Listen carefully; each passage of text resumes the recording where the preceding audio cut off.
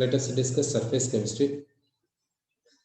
இந்த surface chemistryல நம்ம பார்க்கக்கூடியது என்ன என்று பார்த்தீங்கன்னா, ஒன்று வந்து அட்சார்ப்ஷன் என்றதை பற்றி பார்க்க போகிறோம். அட்சார்ப்ஷன் என்ற டாப்பிக்கை பற்றி பார்க்க போகிறோம். அடுத்து 3 types of சொல்யூஷன்ஸில் கொலாய்ட்ஸ் என்றதை பற்றி பார்க்க போகிறோம். கொலாய்ட்ஸ் என்றதை பற்றி பார்க்க போகிறோம். இந்த கொலாய்ட்ஸை டீட்டெயிலாக பார்க்க போகிறோம். அடுத்து இந்த கொலாய்ட்ஸ் முடிஞ்ச பின்னாடி எமல்ஷனை பார்க்க போகிறோம். அடுத்து கேட்டலிஸ்ட். இந்த டாபிக்ஸை இந்த சர்ஃபேஸ் கெமிஸ்ட்ரியில் நம்ம டிஸ்கஸ் பண்ணுறோம். சரி, ஃபர்ஸ்ட் நம்ம என்ன எடுத்துக்கலாம்னா அட்சார்ப்ஷன் என்றதை எடுத்துக்கலாம்.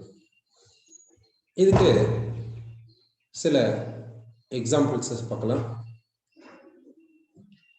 என்ன எக்ஸாம்பிள்ஸ் எடுத்துக்கிறோன்னா,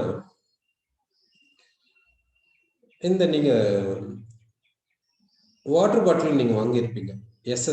எஸ்எஸ்ல வாட்டர் பாட்டில் வாங்கியிருப்பீங்க. அதாவது ஸ்டெயின்லெஸ் ஸ்டீலில் வாட்டர் பாட்டில் வாங்கியிருப்பீங்க. அந்த வாட்டர் பாட்டில் வாங்கும்போது புதுசாக வாங்கும்போது அந்த திறந்து பார்த்துருப்பீங்க. திறந்து பார்த்தீங்கன்னா அதுக்குள்ள ஒரு பேக்கெட் போட்டிருப்பாங்க.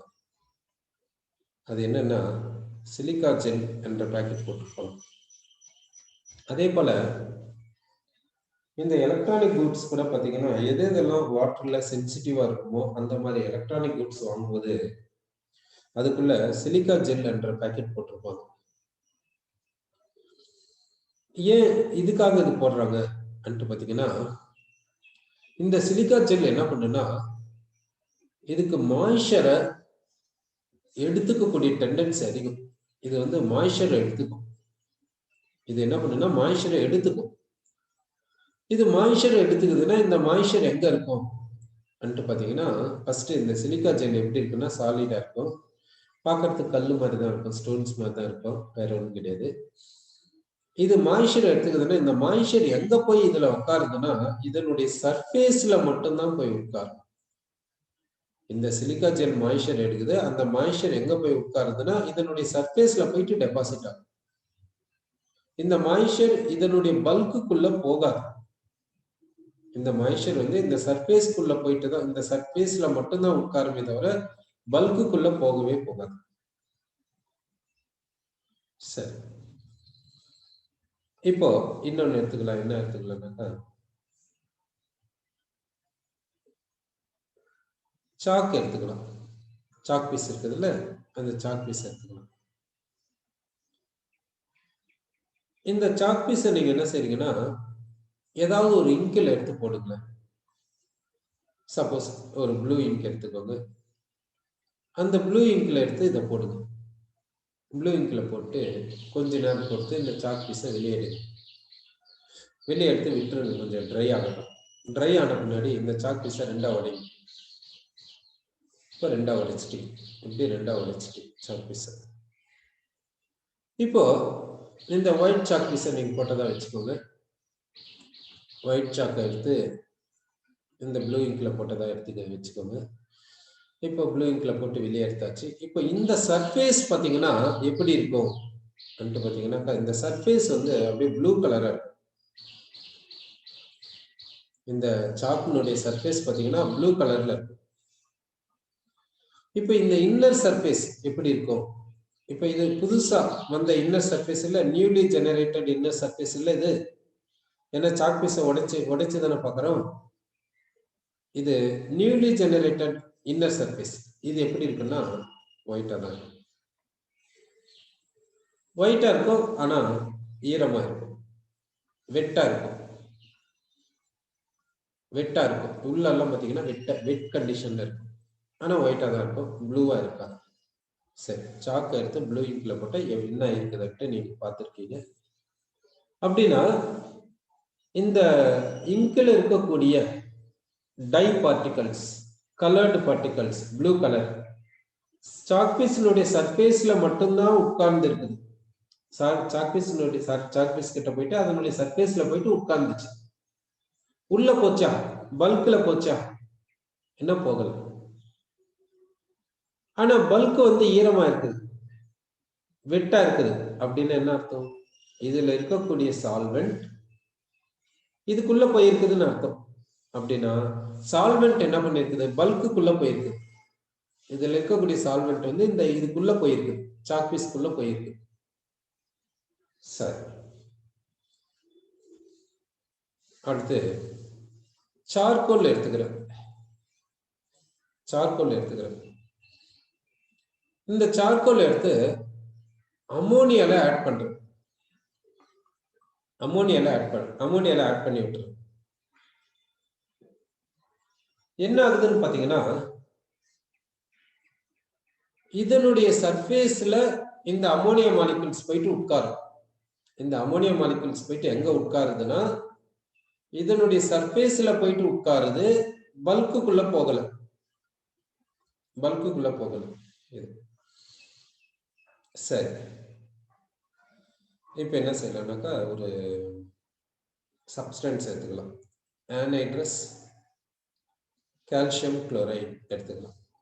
இது எப்படி இருக்குன்னா நல்லா சாலிடா இருக்கும்.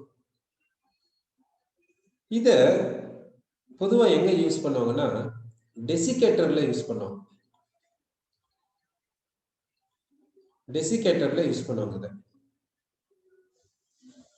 டெசிகேட்டர் இல்ல என்ன இருக்கும்னு பாத்தீங்கன்னா, டெசிகேட்டர் எப்படி இருக்கும், அது எப்படி, அதுல என்ன இருக்குன்னு பாத்தீங்கன்னா, டெசிகேட்டர்ன்றது ஒரு கிளாஸ் வெசல். அந்த கிளாஸ் வெசல் பாத்தீங்கன்னா இது போல இருக்கும். அந்த கிளாஸ் வெசல் வந்து இப்படி இருக்கு.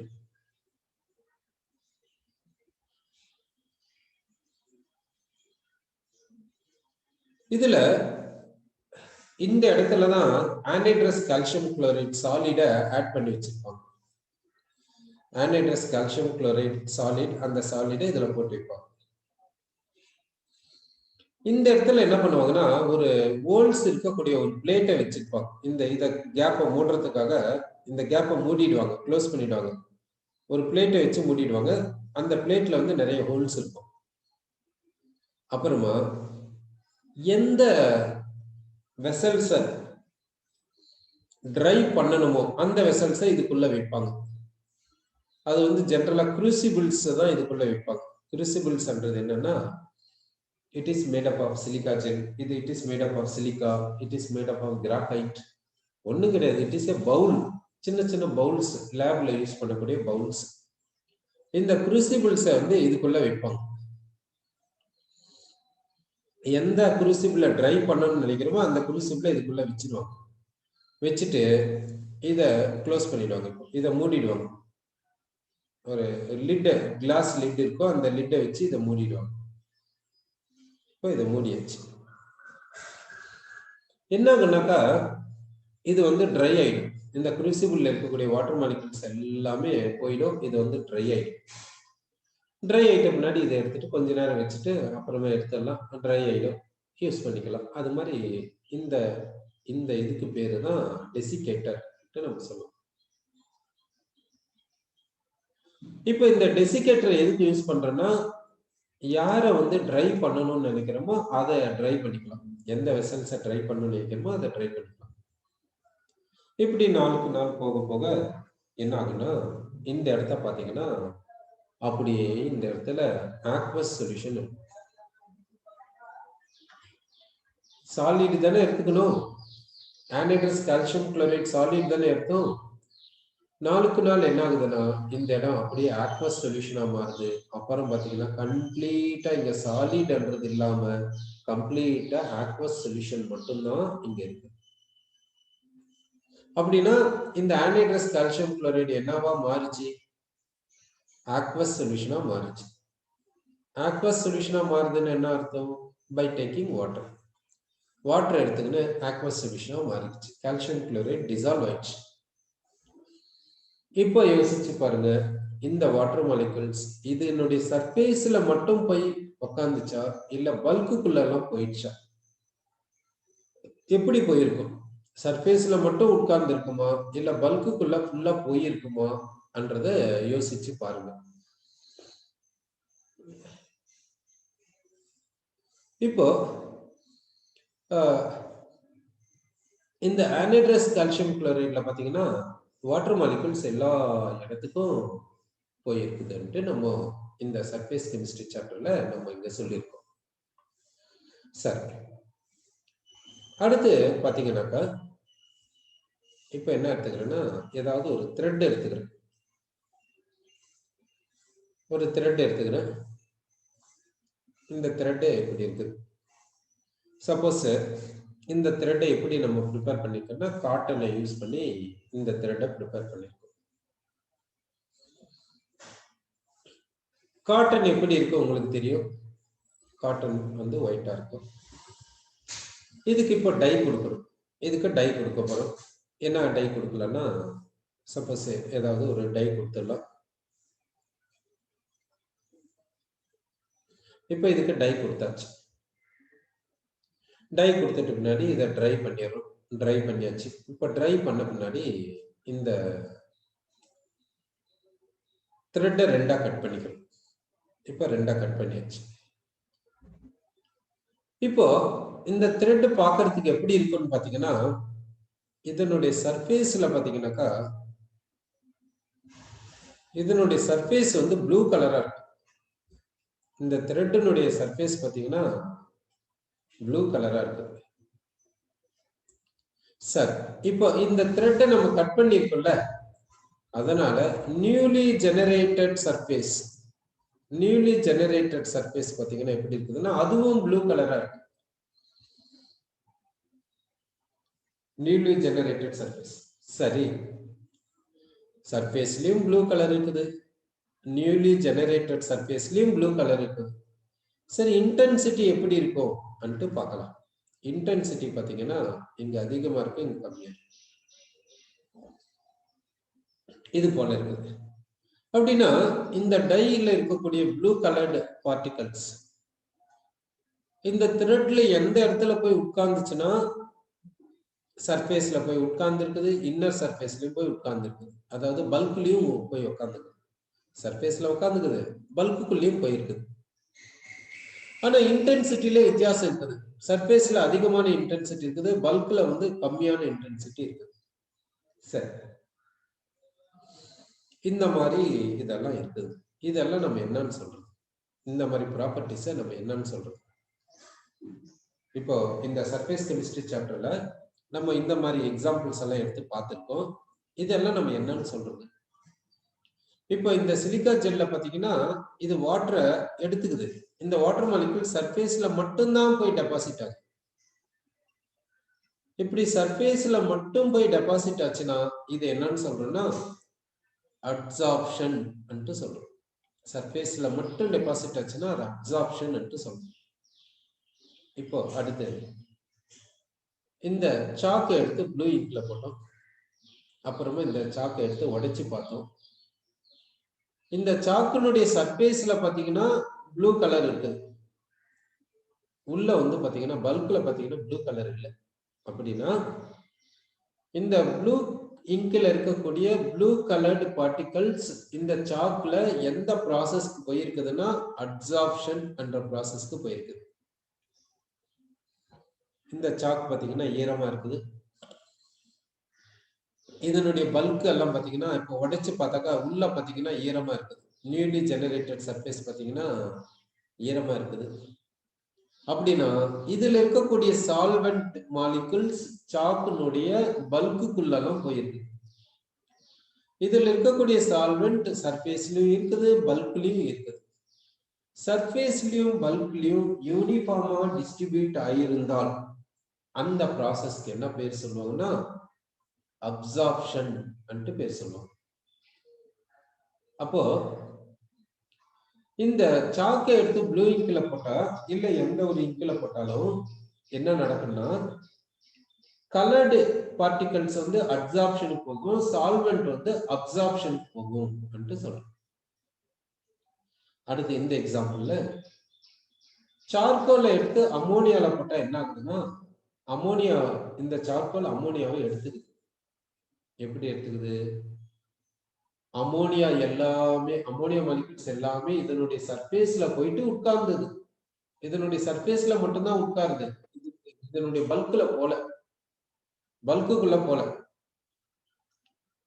அப்ப இதனுடைய சர்ஃபேஸ்ல அமோனியம் மாலிகுல்ஸ் இருக்குது. அப்படின்னா இங்க என்ன நடந்திருக்குதுன்னா அட்சார்ப்ஷன். அப்போ அட்சார்ப்ஷன் என்ன சொல்லணும்? சர்ஃபேஸ் பினோமினான். அட்சார்ப்ஷனை சர்ஃபேஸ் பினோமினான்னு சொல்லணும். இந்த அப்சார்ப்ஷனை பல்க் பினோமினான்னு சொல்லணும். அதாவது மாலிகுல்ஸ் வந்து யூனிஃபார்மா சர்ஃபேஸ்லயும் பல்க்லயும் போச்சுன்னா அப்சார்ப்ஷன் நடக்குதுன்னு சொல்லுவோம். சர்ஃபேஸ்ல மட்டும்தான் போகுதுன்னா அட்சார்ப்ஷன் நடக்குதுன்னு சொல்லுவோம். இப்போ இந்த இடத்துல ஆனைட்ரஸ் கால்சியம் குளோரைட் எடுத்துக்கணும் சாலிட். இது என்ன பண்ணுதுன்னா வாட்டர் மாலிகுல்ஸை எடுத்துக்கிட்டு என்னவா மாறிச்சுன்னா ஆக்வஸ் சொல்யூஷனா மாறிச்சு. அப்படின்னு யோசிச்சு பாருங்க, இங்க என்ன நடந்திருக்குன்னு நினைக்கிறீங்க? அதாவது இது என்ன பண்ணுதுன்னா வாட்டர் மாலிகுல்ஸ் இது கிட்ட போது இதனுடைய சர்ஃபேஸ்ல மட்டும் வாட்டர் மாலிகுல்ஸ் உட்கார்ந்துச்சா இல்ல பல்க்லயும் போச்சா?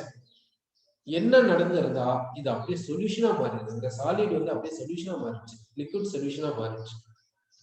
அப்படின்னா இங்க என்ன நடந்திருக்குன்னு சொல்றீங்கன்னா நீங்க சொல்ற மாதிரி அப்சார்ப்ஷன் நடந்திருக்கு. இந்த பி அப்சார்ப்ஷன் நடந்திருக்கு.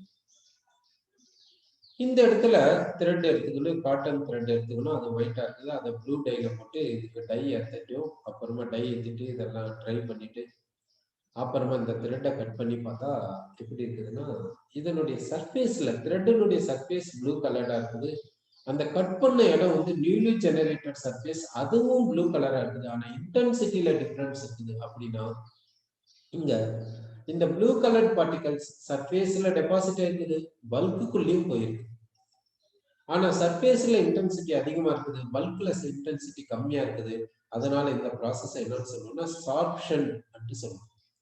இது என்னன்னு சொல்லணும்னா சார்ப்ஷன் என்று சொல்லணும். அதாவது இந்த இடத்துல என்ன நடந்திருக்குதுன்னா அட்சார்ப்ஷன் நடந்திருக்குது, சர்ஃபேஸ்ல போய் உட்கார்ந்ததுனால அட்சார்ப்ஷன். அது மட்டும் இல்லாம அப்சார்ப்ஷனும் நடந்திருக்குது, பல்க்லயும் போகுது. அப்சார்ப்ஷனும் ரெண்டுமே நடந்ததுனால இதை என்னன்னு சொல்றோம்னா சார்ப்ஷன் நம்ம சொல்றோம். ஓகே, இப்போ நான் ஒரு எக்ஸாம்பிள் கொடுக்குறேன், அது எந்த கேட்டகரியில வரும்னு சொல்லுங்க. இப்போ என்ன எடுத்துக்கலாம்னா அமோனியா வேப்பர்ஸ் எடுத்துக்கலாம். அமோனியாவை ப்ரிப்பேர் பண்றோம். இதுல என்னக்கா வேப்பர்ஸ் ப்ராசஸ்ல இந்த அமோனியா வேப்பர்ஸ் என்ன பண்றோம்னா வாட்டர்ல பாஸ் பண்றோம். என்ன கிடைக்குதுன்னா ammonia solution, aqueous solution of ammonia கிடைக்குது. இப்போ இதை நீங்க என்னன்னு சொல்ல போறீங்க? இத நீங்க அப்சார்ப்ஷன் சொல்ல போறீங்களா?